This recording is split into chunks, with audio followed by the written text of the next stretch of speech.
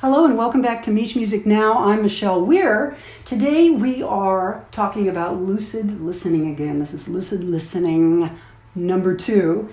And lucid listening is a method of listening that is different than the way we normally listen in everyday casual listening. In lucid listening, we listen with our full attention and our full focus with the intention of hearing, noticing, and learning.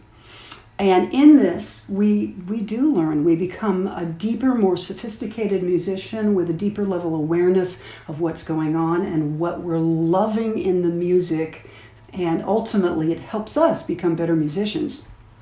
If you're a teacher or a vocal group director, I highly recommend you employ lucid listening in your rehearsals or in your class, especially starting at beginning in the year, where you can set a precedent for regular focused listening that might only be 1 minute of music at a time, but still sit, pay attention, laser beam focus with your ears on the music.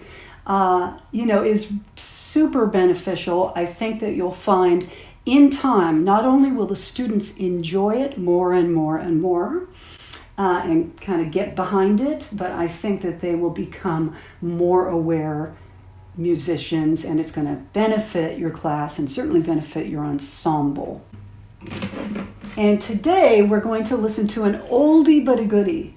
This is the HiLos, back from the 1950s. It's a compilation CD.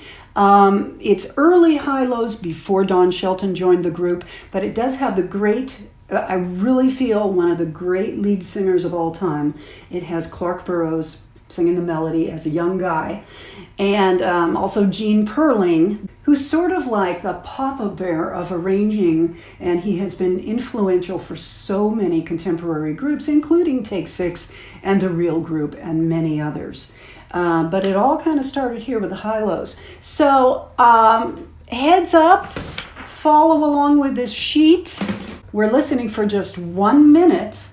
Listen closely, and heads up that one of the questions is about song form. So you might be thinking that as you're listening. But, otherwise just kind of get an overall impression of what you hear. They heard the breeze in the trees singing weird melodies, and they made that the start of the blues, the start of the blues.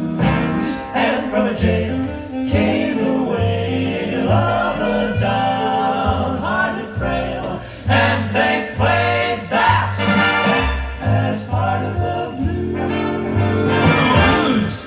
From a whippoorwill out on a hill, they took a new note, pushed it through a horn till it was born into a blue note.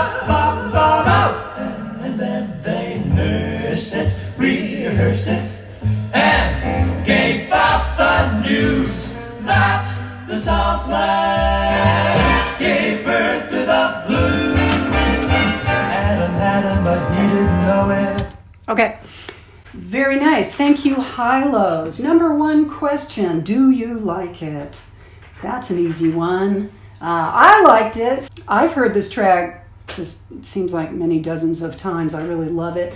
But it's a great question to start with, to ask people, do you like it? And you want to make it safe for them to say either yes or no.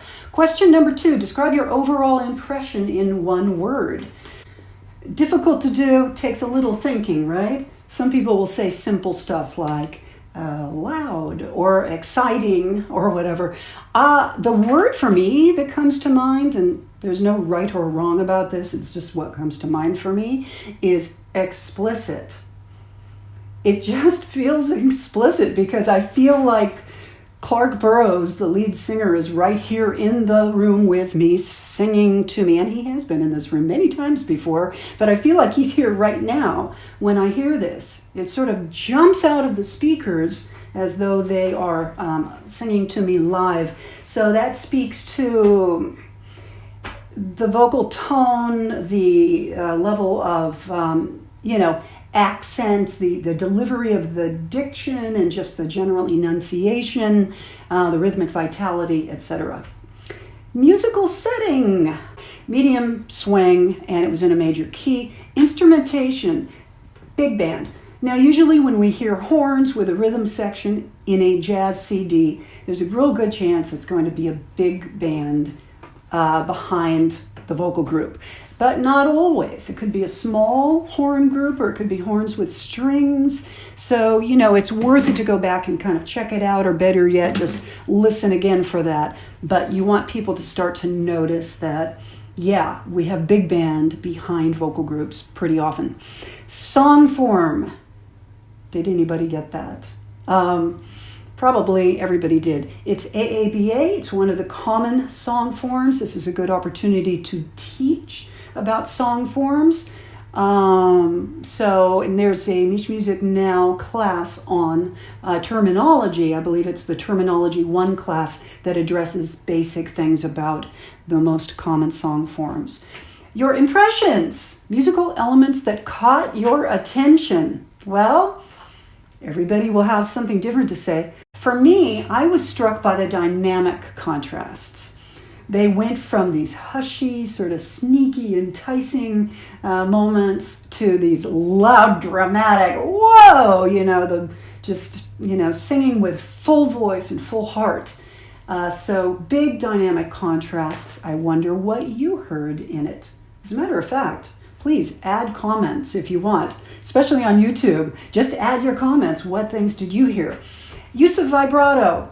As I said in the Lucid Listening number 1 class, a lot of times vocal groups don't use vibrato because the chords are so thick it would get warbly. But in this case, because it's only 4 singers, no, they didn't use vibrato mostly in their chords, but you did hear Clark and perhaps others sneak in a little vibrato at the end of the phrase here and there. With a larger group, you can get away with that a little bit less, and the more dissonance there is, the less vibrato you're probably going to want to use. Rhythmic vitality, it was interesting, and I like to think of the articulation and the phrasing style in this way. I like to think of it like the water in a lake. So you've got a few different ways the water can go depending on the wind. It can be calm when there's no wind. Then you've got a smooth, glassy phrasing, which is very, very legato in the singing. Or you've got medium sort of rolling waves if there's a breeze. And then you've got choppy, highly articulated, rhythmic punches when there's a lot of wind out on the lake. I think this is really just a very helpful metaphor for helping vocal groups understand the difference between a smooth legato and a rhythmic, choppy, highly articulated type of phrasing. And then, of course, you can talk about the technique of what it takes to achieve that also. Attacks and releases. Attack, the way we begin a note.